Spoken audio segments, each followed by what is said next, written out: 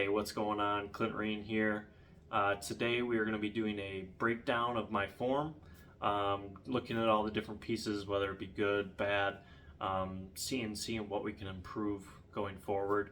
The ultimate goal is to gain accuracy, gain distance, ultimately throw better. So um, we're going to be doing a series here, kind of improving my form, what steps I'm taking, that kind of thing. So this will be the first video in that series. I will probably call it Road to 500 Feet because that is going to be my end goal in this series. Um, right now I'm throwing pretty consistently in the 440 range. Um, so pretty solid. I mean, I honestly don't need any more distance. It's more of a distance will come with form improvement. So I know there's things wrong with my form right now that are really holding me back in the distance department. So I know that 500 is attainable, and that's why I'm making that my goal.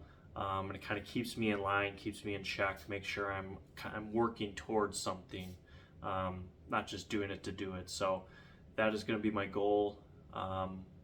So yeah, we're going to be starting today with breaking down the form, and let's get into it. Let's break it down. All right, let's jump right into the video. Uh, this is from November, so it's February right now, so a few months ago at this point. This is just the most recent one that I have from a side angle and a back angle in the same day. Let's just take a look.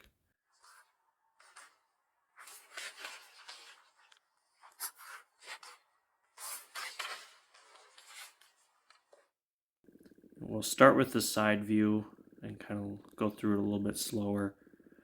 So one of the first things and main things that I've known about for a long time is my off arm. So you look at my left arm, and just look how high it is right there. So do that. So just look how far out it is and how high it is. So as we keep going, see how it's just kind of lagging behind. Ideally, you would have your arm, you can have it up to start if you want, but you really got to get it down by your side, so it's more like that instead of being so high.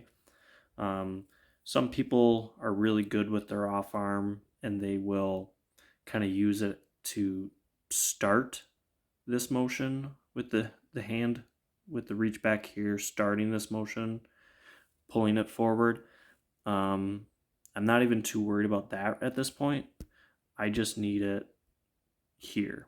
So one quick thing that I know I'm just going to do to start, just to kind of build that habit, is put my hand into my pocket, just so it's tight to my body.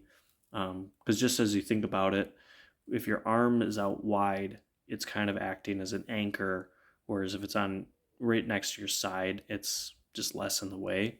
If you think about like a figure skater when they're spinning, when your arms are out wide, you're going slower. When they're in tight, that's when you get that fast spin. So that's the idea behind it, and something that should be pretty easy. We'll see in practice how easy it is, but that should be a pretty easy thing to fix. At least I'm hoping. The other pretty major thing is reach back timing. I've seen a lot of videos and a lot of them talk about making sure that your feet and the peak reach back are pretty much the same time. If your foot lands a little bit before, that's okay. If your foot lands a little bit after you reach back, if it's like very little, that's okay also. But what I do is not even close. So we'll even start a little bit sooner. So if you watch my upper body and see how my upper body's already turned, like my shoulders are starting to turn back already. My arm is already starting to go back. My hips are pretty much turned back. You can see both my feet are even pointed backwards. and we aren't even close to throwing the disc at this point, or landing that front foot. So we keep playing it. Watch the relationship between this front foot when it lands and when this arm is fully extended. Watch that relationship. So we'll go back, go slow. My arm's already pretty straight, if not already at max reach back. And look at my foot. It is, here, we'll do this. So arm fully reached back, disc is right there. This foot is right there. And let's just play this forward a little bit and see where my foot lands. Look how much further that is. So my foot's all the way over here. So it needed to travel this whole distance. And look, the disc moved too.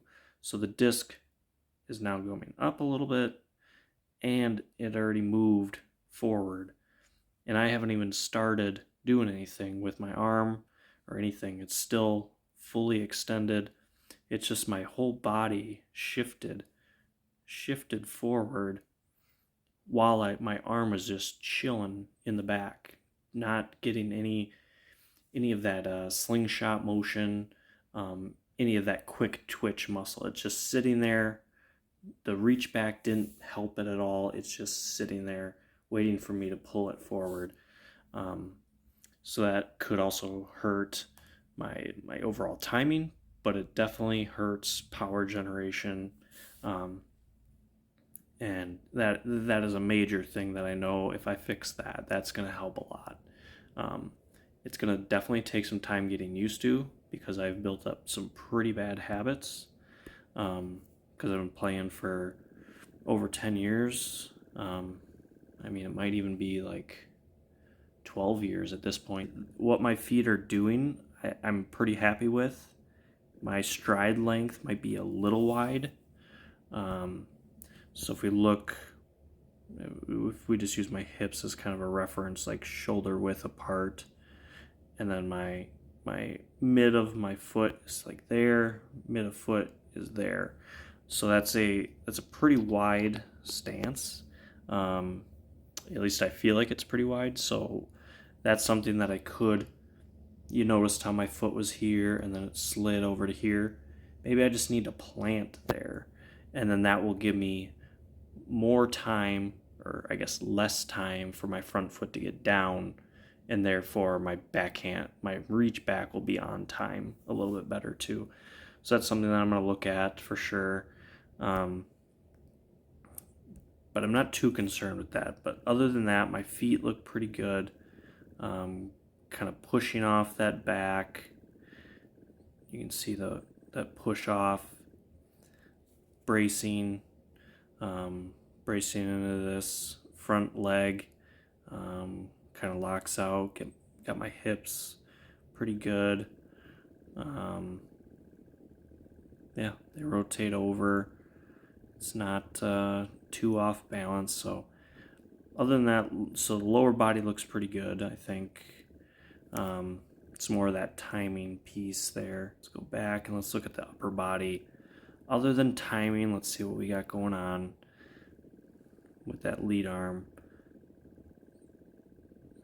Okay, I'm pulling in kind of to a pocket. It is pretty low.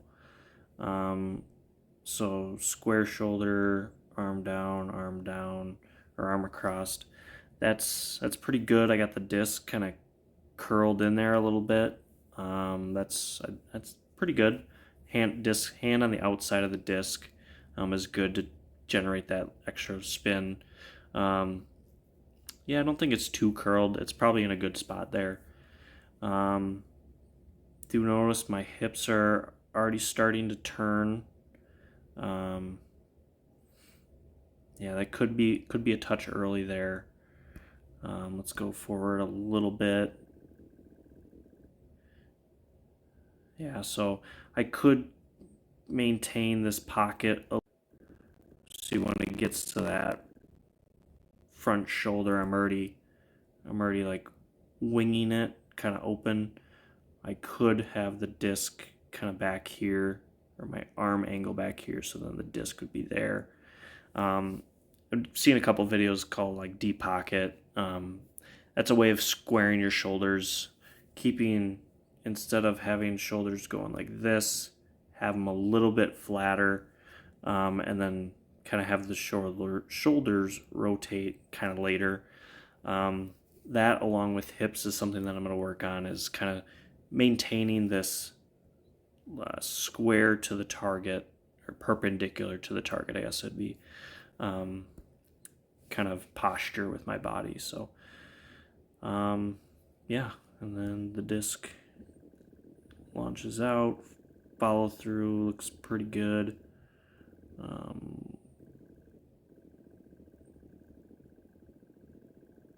Yeah, follow looks pretty good. Let's look at the back view. Another thing I like to look at in the back view is the angle of the disc, or disc in relation to kind of rounding, keeping it outside my shoulder. So what I'm going to be looking at is disc relation to front shoulder and in direction of target. So if the center of the net is my target, everything should be kind of going this direction.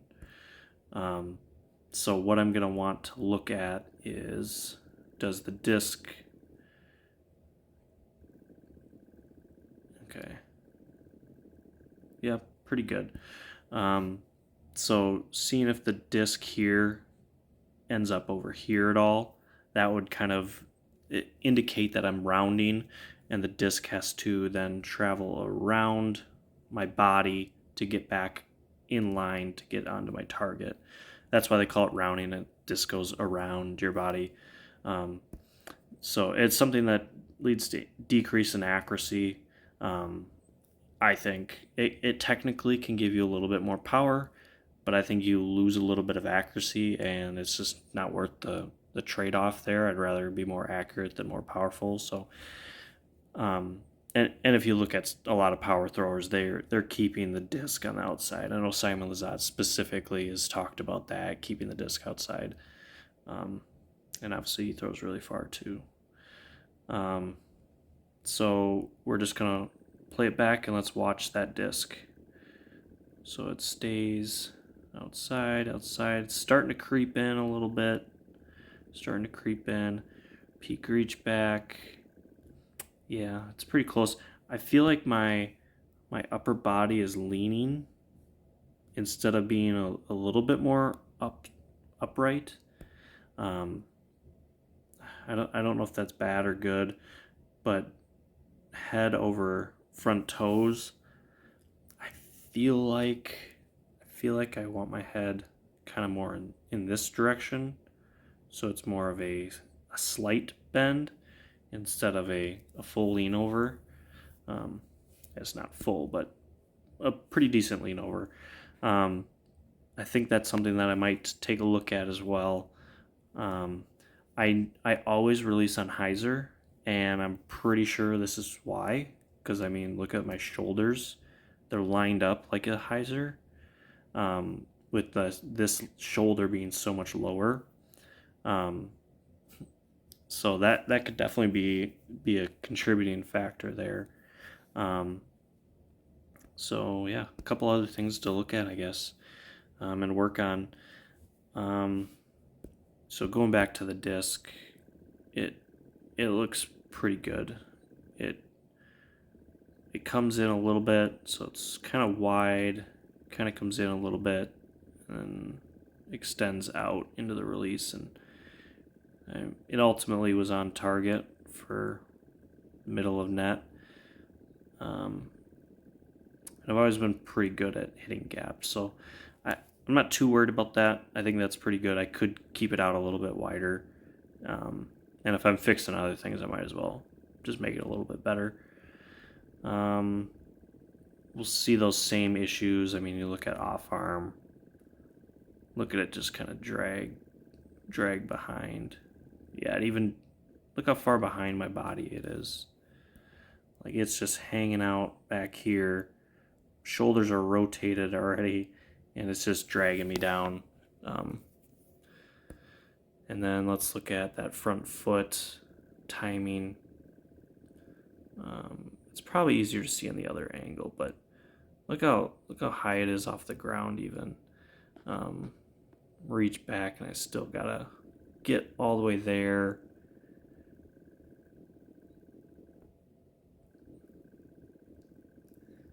Yeah, so another thing I'm looking at is when I'm pulling the disc in like this, it seems like so my shoulder's going down.